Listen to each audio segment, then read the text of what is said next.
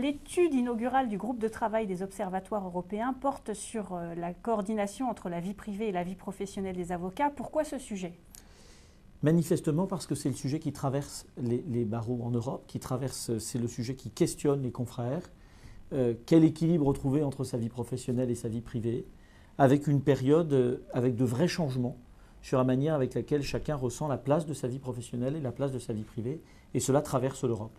Et donc ce sujet avait entraîné et a entraîné une volonté de créer cette étude dans le groupe des observatoires européens, et une volonté pour les pays qui y ont participé de s'impliquer vraiment. Et puis lorsqu'on regarde les taux de réponse, une volonté pour les confrères d'y répondre. Donc 5 pays ont participé à l'étude. Il s'agit de la France, de la Belgique, du Luxembourg, de l'Espagne et de l'Allemagne. Quelles sont les singularités des avocats français par rapport à leurs homologues européens ? Incontestablement le taux de féminisation qui est l'un des plus élevés d'Europe. Incontestablement la place des femmes au sein du barreau français. On l'avait vu dans les enquêtes barreaux. On avait vu que les femmes avaient pris toute leur place dans le barreau français. Incontestablement aussi la capacité pour les femmes avocates françaises de trouver un équilibre quel que soit le moment de leur vie. Et on voit bien qu'aujourd'hui, c'est elles qui sont la dynamique de la profession. Voilà. Plus en France qu'ailleurs, mais sans doute est-ce aussi lié à des différences sociologiques, historiques, d'organisation de société. On sait qu'il y a des différences notamment entre la France et l'Allemagne sur la manière avec laquelle est organisé l'accueil de l'enfant dans les premières années.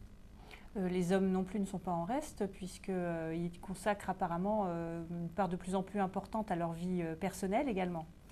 Oui, puis je pense que surtout, ils ont envie de consacrer une part de plus en plus importante à leur vie personnelle. C'est-à-dire que l'époque où la vie professionnelle était l'alpha et l'oméga de toute la vie, on était capable de passer 7 jours sur 7 à son cabinet, 12 heures par jour, et voir sa famille une fois de temps en temps, quand vraiment on ne pouvait pas faire autrement, c'est fini.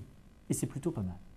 Et on voit que toute cette jeune génération aspire à trouver un véritable équilibre entre sa vie professionnelle et sa vie personnelle, sans que la vie professionnelle aspire ou en tout cas empêche le développement de la vie personnelle à tout niveau, que ce soit la vie familiale, que ce soit le loisir, que ce soit le regard d'autre chose. Et c'est ce qui amène à se poser la question de savoir si les confrères ne sont pas en train de se dire, notamment les jeunes confrères, est-ce qu'il ne faut pas être avocat et autre chose, avocat ou autre chose dans un moment de sa vie. C'est-à-dire que oui, il y a eu toute la période où on se disait mais ça va bien avec l'évolution de la société. Qu'être avocat, c'était tellement formidable qu'il fallait l'être tout le temps. Je crois que chacun a reposé les pieds sur terre, se rend compte que cette profession est à la fois belle, mais ce n'est aussi qu'une profession parmi d'autres, et que ça permet à chacun d'aller regarder ce qui se passe ailleurs. Je crois que ce qui symbolise en partie cette nouvelle génération, c'est sa capacité à aller porter le regard plus loin, ailleurs, autrement, et à s'investir dans un certain nombre de sujets associatifs, sociaux, familiaux, culturels, sportifs. Et tout ça, je trouve ça très positif pour l'avenir de la profession.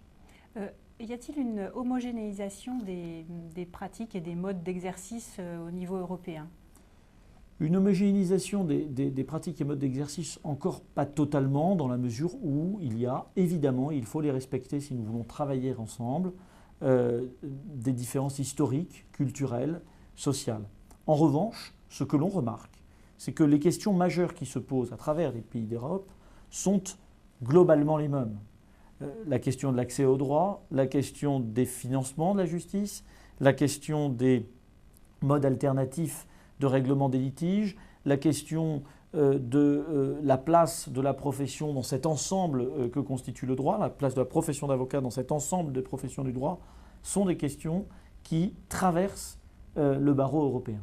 Et donc ça justifie véritablement la nécessité de travailler ensemble et de construire ensemble une véritable capacité d'observation. Et dans cette perspective, la création d'un observatoire européen des avocats est-elle nécessaire ? Alors, c'est un secret pour personne. Depuis 3 ans et bien plus, Pascal Honora a fait un travail considérable dans ce cadre-là, mais depuis 3 ans, nous avons essayé d'accélérer les choses parce que nous sommes persuadés, je suis persuadé à titre personnel, que l'Observatoire européen est nécessaire, mais au-delà d'être nécessaire, il est essentiel pour permettre à la profession de progresser. Ce que nous avons pu observer ces dernières semaines, c'est que les pays d'Europe y compris ceux qui n'ont pas encore intégré le groupe des observatoires européens, je pense à nos amis polonais, je pense à nos amis grecs, je pense à nos amis danois, je pense à nos amis portugais, commencent à avoir envie de nous rejoindre. Et c'est une bonne nouvelle. Je note aussi, et c'est peut-être l'autre côté positif, que la Commission européenne elle-même aimerait avoir sur la profession d'avocat des chiffres fiables, solides, construits. Voilà le moyen de se retrouver.